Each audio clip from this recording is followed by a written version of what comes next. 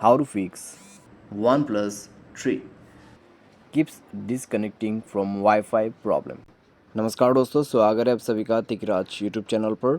तो दोस्तों आज की इस वीडियो पर मैं आपको बताऊंगा कैसे आप जो है अपने वन प्लस की डिवाइस में wifi keeps disconnecting problem solve कैसे कर सकते हैं। तो दोस्तों अगर आपके जो मोबाइल है वन प्लस के, तो उसमें दोस्तों अगर वाईफाई बार बार डिसकनेक्टिंग होते हैं तो आपको कैसे प्रॉब्लम सॉल्व करना है मैं आपको यही बताने वाला हूँ।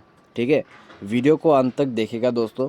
जो भी प्रॉब्लम यहाँ पे वो आपका फिक्स हो जाएगा और जो भी सॉल्यूशन मैं आपको बताने वाला हूँ वही आपको फॉलो भी करना है।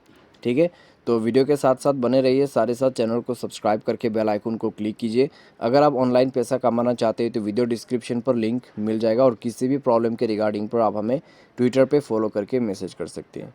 तो चलिए वीडियो शुरू करते हैं।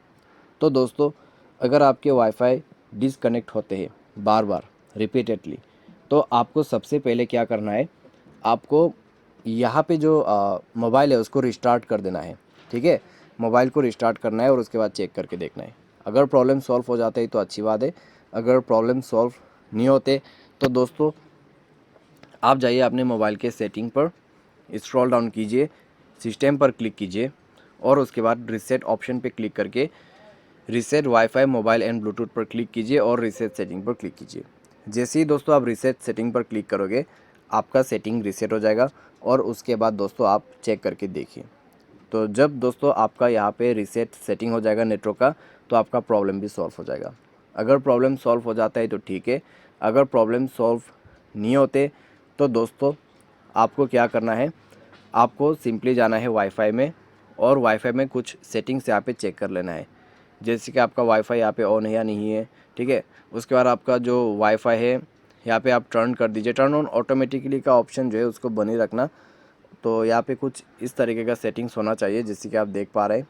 ठीक है, तो इनसे दोस्तों आपका प्रॉब्लम सॉल्व हो जाएगा। अगर प्रॉब्लम सॉल्व होते हैं तो ठीक है, अगर नहीं हो रहा है अभी भी तो आप दोस्तों चेक करें मोबाइल पे अगर कोई भी बैड एप्लीकेशन आ गया है, जैसे कि कोई भी अननोन वेबसाइट से एप्लीकेशन आ गया है तो उनको अनइंस्टॉल करें और मोबाइल को सेफ मोड पे रिबूट करके देखिए। उसके लिए पावर बटन को प्रेस एंड होल्ड करना है, पावर ऑफ के बटन को 2 सेकंड क्लिक करके रखना है और ओके कर देने, मोबाइल सेफ मोड पे रिबूट हो जाएगा।